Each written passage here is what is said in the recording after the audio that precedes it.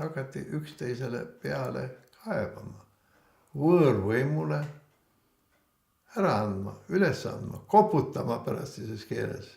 Boris Melts, Boris M, jah, teatab 2. juunil 1941 kohalikule NKVD-le, see on hilisema KGB eelkäija, teatab seal selle kõneka nimega uurijale, et tema teab, et enne nõukogude aega Haapsalu politseikomissar, edasi politsei abikomissar olnud Karl Noor on osa võtnud vabadussõjast ja nõukogude vastane, nagu eriti tema naine, abikaasa Salme Noor, see oli siis minu ema, ja nad mõlemad olid osa võtnud nõukogude vastasest vabadussõjast ja mõjustatud ja häälestatud nõukogude vastasest ja peale kõige muu olid ja eelkõige olid nad osalenud vapside ehk vabadussõjalaste liikumised. Mõlemad on muidugi pooldasid seda.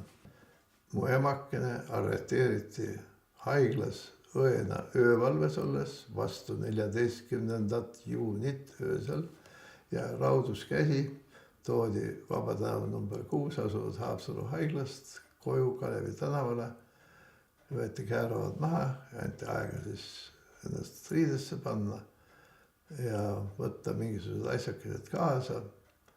Ja samas kodus oli ju isa ja nad mõlemad arreteeriti seal. Mu emakene Salme Noor pandi siis trellitatud loomavagunisse 14. juunil 1941 ja algas siis see surmasõit. Ja Risti raudteejaamas, see on siis umbes 40 kilomeetrit Haapsalust Tallinna poole, õnnestus ta läbi trellitatud loomavaguni akna poetada mingisugune kirjakene, nagu me koolis vahel kirjutame poisid ja tüdrukutele, paneme apteegi pulrimoluketi ja pingist pinki. Umbes niimoodi oli kirjutatud see kirjakene ja poetatud siis ilmselt sellest akna vahelt välja ja selle leidis selle kirjakese hiljem ilmselt samal päeval ja korjas üles raudtee rööbaste vahelt üks Risti raudteeametnik, no kes oli seal kirjakese peal niimoodi kokku pandud, on kirjutavad Heino Noor ja kõik ja niimoodi kokku volditud siis, no apteegis pulbrit kokku volditud ja korjas üles ja toimetas selle, tollel väikses Läänemaal ja me olime tuttavad inimesed ja minu nimi ka tuttav ja tema toimetas selle siis Kalevi tänav 20, tollal juba elanud ja nad elasid meie ajal ka seal teises maja pooles. Nimi oli Tatrik ja toimetas selle sinna. Mina sain selle kirja 11 aastat koju tulles hiljem, aga kiri lõpeb sõnadega: me ei kohtu ilmselt iialgi enam, ela ausalt minu mälestusele, sinu õnnetu ema. Minuga sai niimoodi, et siis mind oli reetnud Haapsalu koolivend, kes oli deserteerunud Nõukogude armee Eesti korpusest, kus ma ka ise teenisin. Ja tema andis mind üles, olles ise deserteerunud, viskas varvast Eesti korpusest ja läks seiklema mööda Venimaa raudteed ühe teise selliga ja niimoodi deserteerud iialgi polku Eesti korpusesse, Punaarmee, Nõukogude armee Eesti korpusesse ilma pära jõudmata. Ja siis nad nabiti kinni, lobisesid seal inglise ja eesti keeles, ääratasid tähelepanu, võeti kinni, deserteerid oleks võinud koha peal maha lasta, nagu koera poega, ja on see seadused, aga tema hakkas rääkima hakkas ennast väga huvitavaks tegema, hakkas lobisema inglise keeles, eesti keeles ja samas ütles kohe teise päeva, mul on protokollid praegu raamaturiiulis, koopiad muide olemas, kus tema tunnistab muuseas jõululaupäeval 24. detsembril 1943 tunnistab Helmut T. Ma ei hakka tema nime välja ütlema, praegu tema sugulased on elus. Helmut T. Tunnistab NKVD uurijale, et tema lihtsalt tahtis minna seiklema sõja ajal tagasi. Tahtis lihtsalt seikelda ja tahtis minna üle Afganistani piiri koos oma teise sõbraga Selliga. Aga tema, Helmut T. teab, et siin kuskil on olemas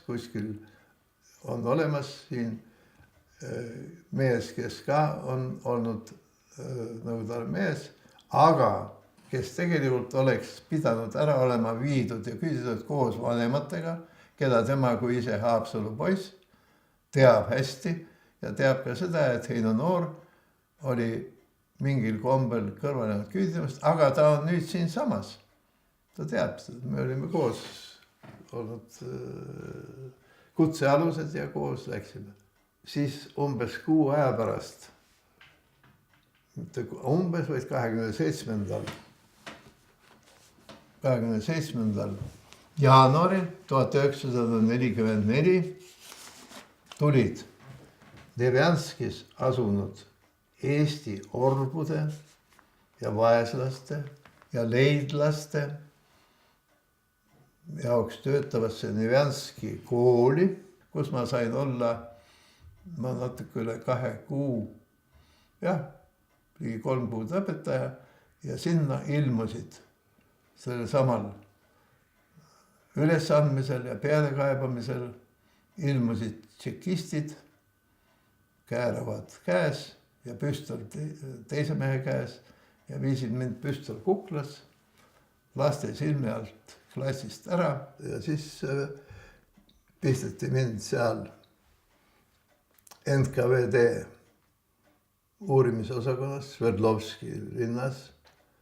See oli Rastrelna tšurma ehk mahalaskmisvangla muide seal samas vanglas, ilma et ma seda tol ajal oleksin teadnud, oli ligi 1,5 aastat enne mind minu emakene Salme Noor ja isa Karl Noor olid maha lastud. See toimus ilma igasuguse, minu emakese puhul näiteks ja isa puhul ja sadade tuhandete teiste puhul ilma igasuguse kohtuta. Üks nendest timmukatest ehk vene keeles eufemiseeritud, ilustatud nimega Ispolnitel ehk timmukas on oma tööd kirjeldanud niimoodi. Ma tsiteerin. Sellel, kelle sa viid mahalaskmisele, on käed tingimata traadiga selja taha kinni seotud, punkt. Käsed tal enda ees edasi astuda, ise tema kannul, laetud nagaan käes. Kus vaja, käsutad paremale või vasemale, kuni jõuad paigani, kus on põrandal valmis paks liiva ja saepuru kiht. Seal surud talle toru tihedalt kuklasse ja trah ja samaaegselt virutad talle jalaga tagumikku. Punkt. Milleks?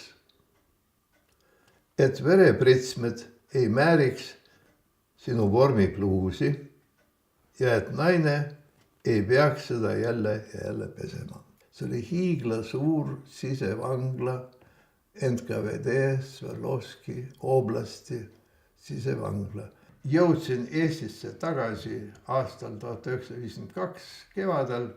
Kodulinnas Haapsalus mind sisse ei kirjutatud, aga Tartus imelikul kombel küll tulin Tartusse ja püüdsin jätkata oma haridusteed. Pooleli jäänud siis gümnaasiumi lõputunnistus cum laude oli olemas, aga püüdsin astuda ülikooli, ma olen astunud Tartu Ülikooli kokku 4 korral esimene ja 3 korral mitte vastu võetud, не принят по социальному происхождению, sotsiaalse päritolu tõttu mitte vastu võetud, aga 55. aastal, kui oli teine juba, see oli see Otepel või sulaaeg oli saabumas Nõukogude Liidus, tegin jälle järjekordselt sügisel sisseastumise eksamid ja oma eluloos jätsin mainimata, kirjutasin lihtsalt töötanud värvilise metallurgia ettevõtetes ja noh, tolleaegne ülikooli rektor, ka kunagine tšekist Fjodor Klement, rahva tema põrmule, oli lugenud minu avaldust ja oli küll aru saanud, mis see tähendab, see aastatel 1944 ja kuni 52 töötada värvilise metallurgia ettevõtetes. Ta hiljem kutsus mind välja ja pilgutas silma ja ütles, et olgu peale, jättis selle paljastamata, et ma olin tegelikult vangis olnud, mis tollel 55. aastal oleks kindla peale jälle tähendanud seda, et mitte vastu võetud. Ühesõnaga 1955 võeti mind vastu arstiteaduskonda, raviosakonda, mille lõpetasin 1965 jällegi seesama maksimumhinnetega, sest mulle tundus, et ma ei saagi teistmoodi, et muidu mind kõrvaldatakse jälle ära, pidingi maksimum peale tegema, kuidagi see õnnestus mul. Ja siis suunati mind tööle, ma sain ise valida, kui maksime cum laude lõpetanud, sain tööga valida, valisin Tartusse, ülikooli kliinikusse ja samal ajal töötasin ma teise kohaga ja asutasin Tartu linna polikliinikus kutsehaiguste kabineti.